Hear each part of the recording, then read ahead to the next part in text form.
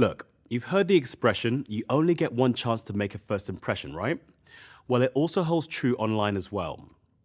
We're going to talk about avoiding the common mistakes in your website design that can actually drive visitors away.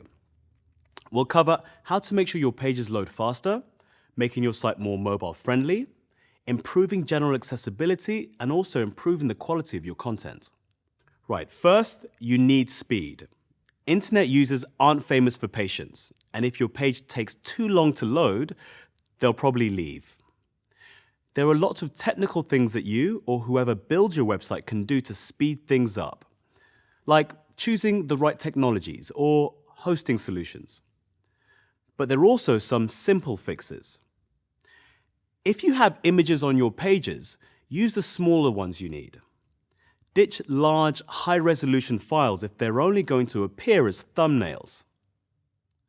Plenty of software programs can resize or actually compress images to make them smaller, and this translates to a faster loading time. Simplify your design. Generally, the more you limit what your visitors' browsers have to download and reuse, the faster the pages will load. Use the same background image across many pages and ask whoever's building your website to be efficient with code and scripts. If you want to test how you're doing, try opening the site on your mobile, using a data connection and not Wi-Fi, just to see how quickly it loads. You need to make sure your website is easy to use on a mobile. Let's be frank, more and more people are using their smartphones as their primary device to browse the web. And if your site is difficult to use on these devices, you'll potentially lose customers. The easiest way for you to have a mobile-friendly site is to build it that way from the start. You can use an approach like responsive design, which automatically detects the type of screen being used and displays the site accordingly. It does things like stacking text and photos vertically on a smartphone when it's been held upright. If you want to get a sense of whether your site is mobile-friendly, try Google's mobile-friendly test tool. Keep in mind things like swiping or tapping, which are unique to touchscreens. Be sure the components of your website respond properly to these kinds of inputs.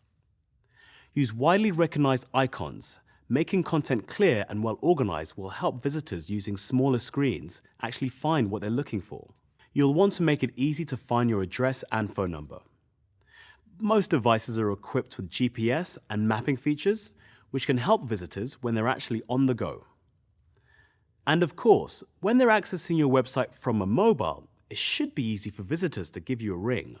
You'll also want to remember that people are viewing your site on different browsers, like Chrome or Firefox, and also different platforms, like Windows or Mac. Do a test run from as many computers, devices, and browsers as you can. Does your site look right on every case? Are you prompted to download plugins? This could be an extra step that may send visitors away. Lastly, remember that your website is not just for selling, it's also for solving.